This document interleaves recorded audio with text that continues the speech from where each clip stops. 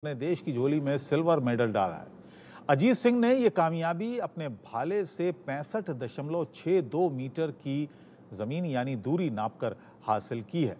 Paris Paralympic में अजीत सिंह ने अपनी कामयाबी की स्क्रिप्ट अपने दाएं हाथ से भाला फेंक कर लिखी। उनका बायां हाथ नहीं है, वो हाथ 2017 में घटी एक घटना में दोस्त की जान को बचाते वक्त उन्हें गंवाना पड़ गया था। दरअसल वो हाथ ट्रेन की चपेट में आकर कट गया था। अजीत सिंह के बाएं हाथ का कोहनी से नीचे का हिस्सा नहीं है। हादसे के बाद अजीत सिंह का इलाज हुआ, उनका रिहैब चला और सिर्फ 4 महीने बाद ही साल 2018 में हरियाणा के पंचकुला में हुए पैरा एथलीट सीनियर नेशनल में उन्होंने हिस्सा लिया था। और अजीत इस वक्त हमारे साथ लाइव जुड़े हुए हैं। अजीत जी और मनोज जोशी, इंडिया न्यूज़ के स्पोर्ट्स एडिटर, वो हमारे साथ हैं। बहुत बहुत धन्यवाद, बहुत बहुत शुक्रिया हमसे बात करने के लिए अजीत, और बहुत बहुत बधाई आपको। देश का नाम आपने थैंक ऊंचा यू। किया है।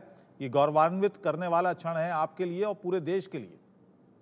Thank you so much sir, thank you. सभी देशवासियों का, सभी घर परिवार दोस्त सभी लोगों का सर मैं धन्यवाद देता हूँ।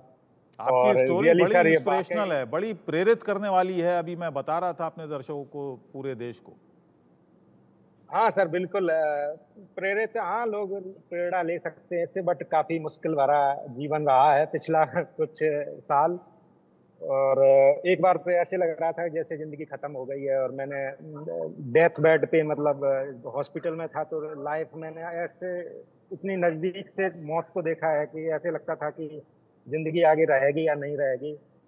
और उसके बाद ये सब चीजें वापस अपने आप को तैयार करना, खड़ा करना, ये हमारे लिए काफी चैलेंजिंग था, बट एक करेज के साथ, लोगों के सपोर्ट के साथ और आप लोगों की दुआओं के साथ मैं देश के लिए मेडल जीत सका। Thank you so much sir, thank you. कहना चाह रहा हूं कि पेरिस बड़ा लकी रहा है आपके लिए, क्योंकि जब वर्ल्ड चैंपियनशिप हुई थी, वर्ल्ड पैरा चैंपियनशिप, वहां पर आपने स्वर्ण पदक जीता था। तो हम तो आपसे स्वर्ण पदक की उम्मीद कर रहे थे। खैर, रजत पदक भी अपने आप में बहुत बड़ी उपलब्धि है जेवलिन थ्रो में। जेवलिन थ्रो को क्यों चुना, और आपने आपका इटावा से लेकर जो पेरिस तक का सफर है वो कैसा रहा? सर बिल्कुल बात सही है। मेरे लिए पेरिस, पिछली साल वर्ल्ड चैंपियनशिप मैंने गोल्ड जीता था, वहाँ पे पर्सनल बेस्ट किया था। अभी भी मैंने अपना पर्सनल बेस्ट किया है, और यहाँ पे गोल्ड तो नहीं, सिल्वर मेडल जीता। लेकिन लास्ट टोक्यो में मैं गया था, वहाँ पे किन्हीं कारणों बस मैं मेडल नहीं जीत पाया, इंजरी थी और दूसरी चीजें थी, बट मैं जीत सकता था वहाँ भी उस, बट वही एक माइंडसेट था कि हमें यहाँ से मेडल लेके जाना है, ऐसे नहीं कि पिछली बार की तरह खाली हाथ जाएं। एक अलग प्रेशर, एक अलग एटमॉस्फेयर रहता है ओलंपिक गेम्स का, एक 4 साल में आते हैं, बहुत बड़ा इवेंट रहता है। तो मैं अपना वही सब चीजें कैलकुलेट कर रहा था, तो इस चक्कर से मैं अपना बेस्ट नहीं कर पाया, बट आने वाले कॉम्पिटिशन्स में और अच्छा करूंगा। मैं बहुत खुश हूँ सिल्वर मेडल जीत के। और सर अजीत अजीत जी, मैं खेलों से आपसे मेरा सर, आपसे एक चीज और जानना चाह रहा था कि आखिर जेवलिन ही क्यों? अब जेवलिन में एक भरमार सी आ गई है। अगर आप देखें, देवेंद्र झाझरिया पैरालंपिक के स्टार साबित हुए, आज जो पैरालंपिक कमेटी के अध्यक्ष हैं। उसके अलावा अगर आप नीरज चोपड़ा को देखें, नीरज चोपड़ा ने ओलंपिक में गोल्ड और सिल्वर ये 2 कमाल किए, वर्ल्ड वर्ल्ड चैंपियन भी वो रहे। तो आज जैसे आपकी इवेंट में ही जो सुंदर थे वो ब्राउन्ज मेडल जीतने में कामयाब रहे। मितेश और भी बहुत से खिलाड़ी हैं जिन्होंने जेवलिन थ्रो में एक अपनी विशिष्ट पहचान बनाई है। तो क्या रोल मॉडल आपके कौन है? क्या नीरज चोपड़ा से कितना प्रेरणा मिलती है आपको? जेवलिन की अगर हम बात करें तो हमारे पूर्वजों का खेल है ये।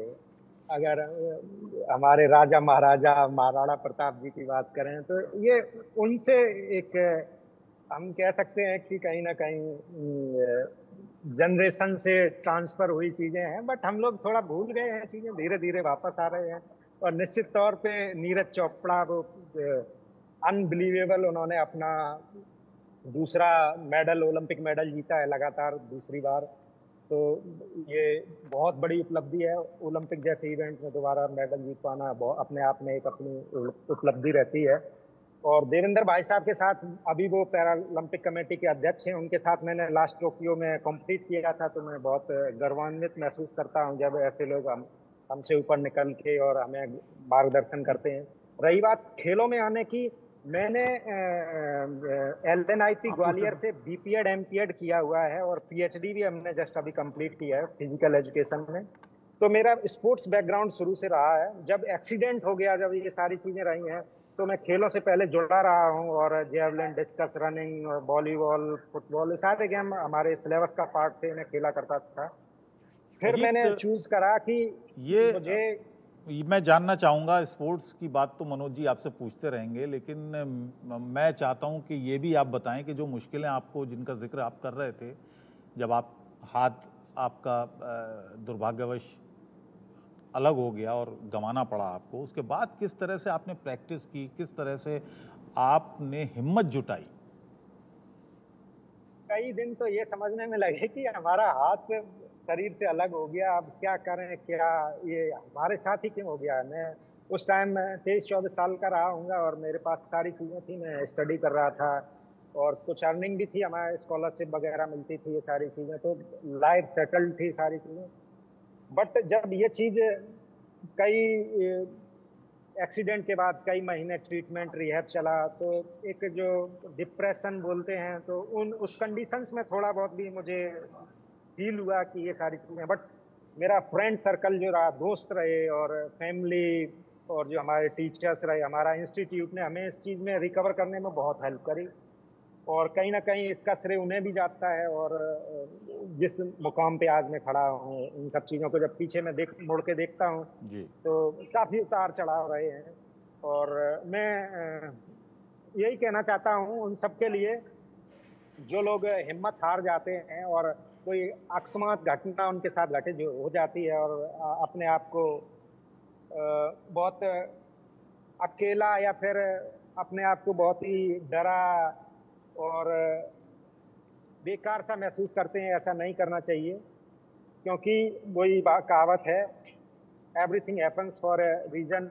हर रात के बाद उजाला होता है, तो कोई ना कोई अपॉर्चुनिटी आपके पास आएगी, आप जरूर उसमें तलाश करिए, निश्चित तौर जी, से आपको सफलता मिलेगी। बहुत अच्छा। मनोज जी। जी हाँ, बिल्कुल। मेरा बस आखिरी सवाल आपसे बस यही है कि पैरालंपिक में अब क्योंकि भारत ने जो पिछला जो कीर्तिमान था सबसे ज़्यादा पदक जीतने का, 19 पदक जो पैरालंपिक टोक्यो में भारत को हासिल हुए थे, उसको भारत ने पार कर लिया है। और अब आप क्या उम्मीद करते हैं इस बार पैरालंपिक में? जो गोल्ड मेडल जो पिछली बार 5 भारत को हासिल हुए थे, अभी उस रिकॉर्ड को पार करना अभी बाकी है। कब तक उम्मीद करें हम, आज या कल? उम्मीद है शायद आज आज नहीं तो कल, और शायद end of the closing ceremony में, लास्ट इवेंट तक शायद हम लोग वो गोल्ड मेडल का जो एक पिछला अचीवमेंट है, जरूर उसको पूरा करेंगे। बट अभी कुछ गोल्ड मेडल हम बहुत क्लोजली जैसे कन्वर्ट नहीं हो पाए, वो सिल्वर रहे हैं, या बहुत ही मार्जिनल डिफरेंस से हम लोग गोल्ड नहीं अचीव कर पाए। तो शायद है कि एक जो सक्सेस है वो प्रोग्रेसिवली आती है। अब अगर देखा जाए तो हो सकता है हम जो सिल्वर मेडल रहे हैं वो आगे वाले ओलंपिक्स में श्योर गोल्ड में कन्वर्ट होने के चांसेस हैं। जी, चलिए और अजीत एक जी, बहुत लंबी बहुत साइकिल बधाई रहती एक है। बार फिर आपको, और आगे के लिए हमारी ढेरों शुभकामनाएं इंडिया न्यूज़ की तरफ से आपको, सभी देशवासियों की तरफ से आपको। बहुत बहुत धन्यवाद हमसे जुड़ने वासियों के का लिए, हमसे धन्यवाद। बात करने के लिए। बहुत थैंक बहुत यू सर, शुक्रिया। Thank you, bye. Manoj ji, आपका भी बहुत बहुत शुक्रिया।